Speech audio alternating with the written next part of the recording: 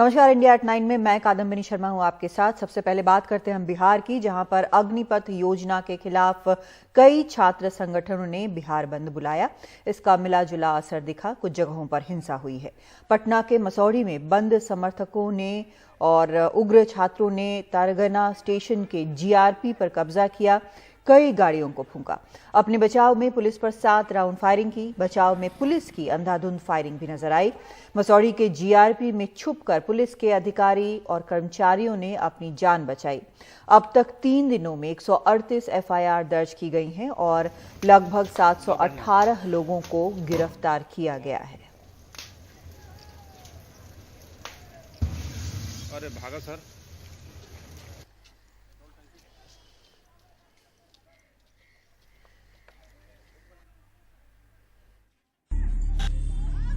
शनिवार को बिहार बंद के मद्देनजर और पिछले 3 दिनों के दौरान ट्रेन के डब्बों और इंजन को जलाने की घटना के बाद पटरियों पर बहुत कम ट्रेनें चली, लेकिन स्टेशन और उसके आसपास करीब आधे दर्जन से अधिक हिंसा की घटनाओं के तस्वीर दिखे।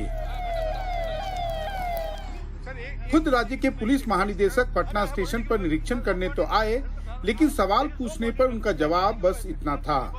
बिहार पुलिस के ऊपर आ रहा है कि बिहार पुलिस ने टाइमली एक्शन क्यों नहीं लिया? कोई इतनी संपत्ति का नुकसान हुआ। अरे आपका परसेप्शन है, रखिए अपना परसेप्शन अपने पास।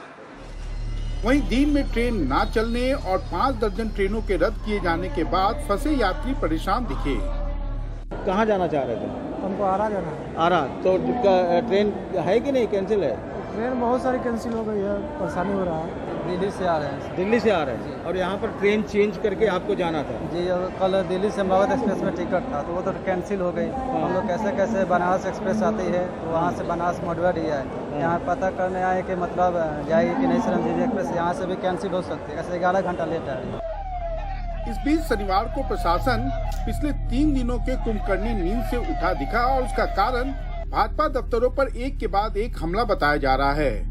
नीतीश ने सहयोगी भाजपा के विरोध के बाद माना जा रहा है कि अब पुलिस फोर्स को प्रदर्शनकारियों पर बल प्रयोग करने की अनुमति दी है, लेकिन बिहार भाजपा के अध्यक्ष इसके बावजूद काफी नाराज दिखे। विरोध करने में कोई बुराई नहीं है, हम सब अलग अलग दल के हैं, लेकिन इस तरह से प्रशासन के द्वारा व्यक्तियों को टारगेट करना, प्रशासन के द्वारा एक खास पार्टी के दफ्तरों को जलाने करना और 300 मधेपुरा में जो हुआ है 300 पुलिस दर्शक बन करके बैठी हुई है। क्या पुलिस पे कार्रवाई हो रही है? तो प्रशासन पर आरोप लगा रहे हैं। अरे प्रशासन क्या करेगा? प्रशासन को कहां से क्या मतलब है भारतीय जनता पार्टी से और जनता दल यू से?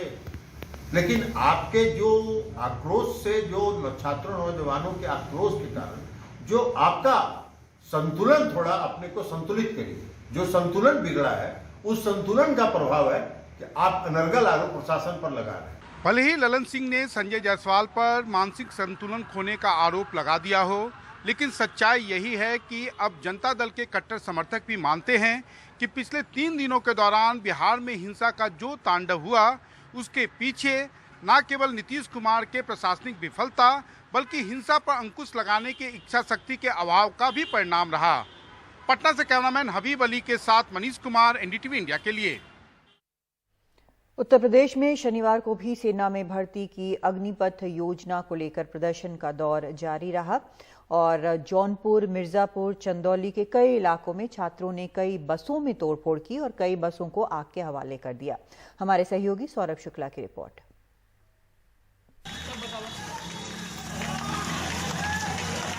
ये तस्वीरें पूर्वी उत्तर प्रदेश के जौनपुर जिले की हैं, जहां प्रदर्शनकारी छात्रों ने यूपी रोडवेज की एक बस को आग के हवाले कर दिया और जमकर तोड़फोड़ की।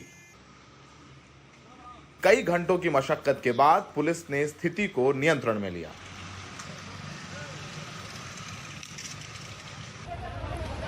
पूर्वी उत्तर प्रदेश के ही मिर्जापुर में भी प्रदर्शनकारियों ने यात्रियों से भरी बस पर पथराव कर दिया, जिसमें कई यात्री घायल हो गए। हिंसक हुए लगभग 10 छात्रों को पुलिस ने हिरासत में ले लिया है। यहां के चंदौली जिले में कुचमन रेलवे स्टेशन पर छात्रों ने धावा बोल दिया और पुलिस कर्मियों पर जमकर पथराव किया, जिसमें कई पुलिसकर्मी घायल हो गए। सभी युवा नौजवान भाइयों से अनुरोध है कि अपने अपने घरों में ही रहें और शांति व्यवस्था बनाए रखें। वहीं शुक्रवार को हुई हिंसा के बाद अलीगढ़, मथुरा और आगरा जिलों में शांति रही। प्रदर्शनकारियों ने अलीगढ़ की जट्टारी चौकी को जला दिया था, जिसे रात भर में ही पुताई करके नया कर दिया गया है। अलीगढ़ पुलिस ने अब तक 30 प्रदर्शनकारियों को गिरफ्तार किया है। एफआईआर दर्ज कराई गई हैं, 4 एफआईआर हम लोगों ने दर्ज करी हैं और इन एफआईआर के आधार पर गिरफ्तारियां भी की हैं। डिटेन हम लोगों ने लगभग 60 लोग किए हैं, जिसमें 30 के लगभग को हम आज ही जेल भेज रहे हैं और बाकियों से भी इंटरोगेशन चल रहा है। हिंसा की आशंका को देखते हुए आगरा प्रशासन ने अगले आदेश तक आगरा में सेना की तैयारी कराने वाले कोचिंग सेंटर बंद करा दिए हैं और छात्रों को घर जाने की सलाह दी है। परसों जब काफ़ी लड़के शहरी क्षेत्र में जमा हो गए थे और उन्हें समझा बुझाकर वहाँ से हटाया गया था, उस समय जो कोचिंग सेंटर्स वाले थे, वर्तमान परिस्थितियों को देखते हुए उनसे ये अनुरोध किया गया था कि अगले 2-3 दिन के लिए, जब तक ये आंदोलन चल रहा, अपना कोचिंग सेंटर बंद रखें। अगले 2-3 दिन के लिए उन्होंने बंद किए और जैसे ही स्थिति नॉर्मल हो जाएगी ये फिर अपने कोचिंग सेंटर दोबारा से चालू करें। यूपी पुलिस प्रदर्शनकारी छात्रों पर बहुत ज़्यादा सख्ती नहीं करना चाहती। जाहिर सी बात है, किसान के बच्चे हैं, सेना में जाना चाहते हैं, सरकार भी भावना समझती है कि ज़्यादा कार्रवाई करी तो आगे इनका करियर है वो खतरे में पड़ सकता है। तो फिलहाल कोशिश यही है कि समझाया बुझाया जाए, लड़कों को जागरूक किया जाए, ताकि लड़के प्रशासन में के साथ सहयोग करें और कानून व्यवस्था को अपने हाथ में ना लें, हिंसा ना करें। अलीगढ़ में सहयोगी अशोक महाले और अदनान के साथ सौरभ शुक्ला, एनडीटीवी इंडिया। और अग्निपथ योजना को लेकर छात्रों के धरना प्रदर्शन के कारण बिहार से आने जाने वाली कई ट्रेनों का परिचालन ठप हो गया है। ट्रेन लेट हो रही हैं, जिसकी वजह से यात्रियों को खासी परेशानी का सामना करना पड़ रहा है, खासतौर से मरीज और दूसरे जरूरी कामों के लिए जा रहे लोगों को। प्रयागराज के रामबाग स्टेशन पर शुक्रवार की रात 10:30 बजे पहुंच रही इस विभूति एक्सप्रेस का इस स्टेशन पर पहुंचने का समय 3 बजे का है, लेकिन यह तकरीबन 7 घंटे की देरी से यहां पहुंची है, जिसकी वजह से यात्रियों को खासी दिक्कत हुई। ये विभूति एक्सप्रेस कितने घंटे ये इंतजार? 10 घंटा लेट था। तो काफ़ी परेशानियाँ उठानी पड़ी? बहुत ज़्यादा। हम तो खुद बिहार के ही हैं ना, बिहार से ही यहाँ पे आए हुए। अच्छा। तो वहाँ तो अधिकतर ट्रेनें जो है वो जलाई गई है ना, वो प्रदर्शन की वजह से। तो परेशानी क्या हुई? बहुत परेशानी हुआ है वहाँ पे, लोगों को खाने पीने में दिक्कत हुआ था, पानी का दिक्कत था बहुत हुई सर। 5 बजे से 3 बजे तक बोलो पानी नहीं है, खाना नहीं है, गाड़ी से उतरने को चढ़ने को नहीं हो रहा। बाहर थोड़ा बहुत मतलब लेना देना हो गया, बस सही है। शनिवार की सुबह भी वाराणसी के कैंट स्टेशन पर बिहार जाने और बिहार से आने वाली ट्रेनों के लिए यात्रियों की भीड़ दिखी। इनमें कई छात्र महाराष्ट्र और गुजरात से परीक्षा देकर लौटे थे। कई ऐसे लोग भी थे जिनके घर में किसी की मौत हो गई थी और उन्हें अपने घर पहुंचना था, लेकिन वह रास्ते में ही अटके हुए हैं। अरे 5000 बच्चे गए थे तो ट्रेन में, कुछ यहाँ पे उतर गए, क्या कहते हैं, प्रयागराज में उतरे। बाकी सब पटना वाले जो भी हैं उनको देख रहे हैं आप, मेरे जैसे ही देख रहे हैं, सब परेशान। हाँ, पटना से और जगह, खाली पटने में नहीं रुके के बाद और जगह जाए के बाद, जैसे हमके सहरसा जाए के बाद, क्योंकि पूर्णिया जाए के बाद कैसे जाइए। शुक्रवार और शनिवार को हुए प्रदर्शन से दर्जनों मेल, एक्सप्रेस और पैसेंजर ट्रेनों का परिचालन प्रभावित रहा और कई ट्रेनों को एहतियातन रद्द करना पड़ा। हम लोगों के लगभग 1 दर्जन के आसपास ट्रेन प्रभावित हुई, जिसमें से आधे दर्जन के आसपास हम लोगों ने रद्द की हैं ट्रेन, और जो हमारे यहाँ से जो शुरू होती हैं और टर्मिनेट होते हैं, और आधे दर्जन के आसपास ट्रेन जो है, जो थ्रू ट्रेन है, जो यहाँ से क्रॉस करती हैं, बिहार की तरफ जाती हैं या उसके आगे नॉर्थ बिहार या साउथ बिहार की तरफ जाती हैं, वो भी कैंसिल हो गई है। तो साफ है कि इस जिस तरीके का है उसमें रेलवे अपनी तरफ से जितनी कोशिश है वो कर रहा है कि लोगों यात्रियों को परेशानी न होने पाए, लेकिन इस बवाल की वजह से बहुत सी ट्रेनें रद्द हुई हैं और यात्रियों को अपनी परेशानी तो हो ही रही है, उसकी वजह से उन्हें दिक्कत भी हो रही है। कहीं बीच जगह पर अगर ट्रेन खड़ी हो जा रही है तो वहाँ परेशानियाँ हो रही हैं। तो ये परेशानियाँ अपनी जगह है, लेकिन रेलवे भी लगी हुई है, कोशिश कर रही है कि कम से कम परेशानी में उन्हें सुविधा दी जा सके। वाराणसी के कैंट स्टेशन से पुरुषोत्तम के साथ अजय सिंह, एनडीटीवी इंडिया।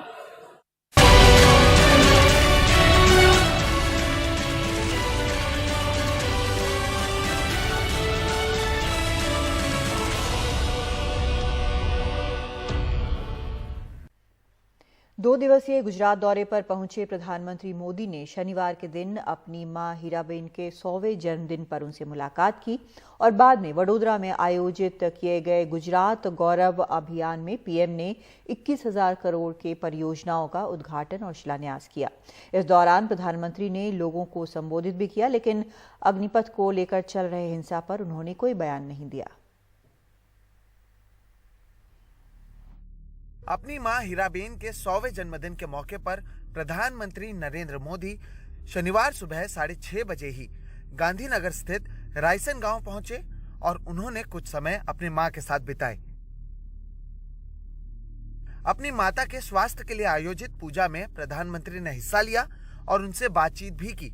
इसके बाद प्रधानमंत्री ने ट्वीट कर मां के साथ अपनी तस्वीर साझा की और लिखा, मां ये सिर्फ एक शब्द नहीं, जीवन की वो भावना है जिसमें स्नेह, धैर्य, विश्वास कितना कुछ समाया है। मेरी मां हीराबा आज 18 जून को अपने 100वें वर्ष में प्रवेश कर रही हैं। उनका जन्म शताब्दी वर्ष प्रारंभ हो रहा है। मैं अपनी खुशी और सौभाग्य साझा कर रहा हूं। 2 दिवसीय गुजरात दौरे पर पहुंचे प्रधानमंत्री मोदी अपनी मां से मुलाकात करने के बाद अलग अलग परियोजनाओं का उद्घाटन और शिलान्यास करने पहुंचे।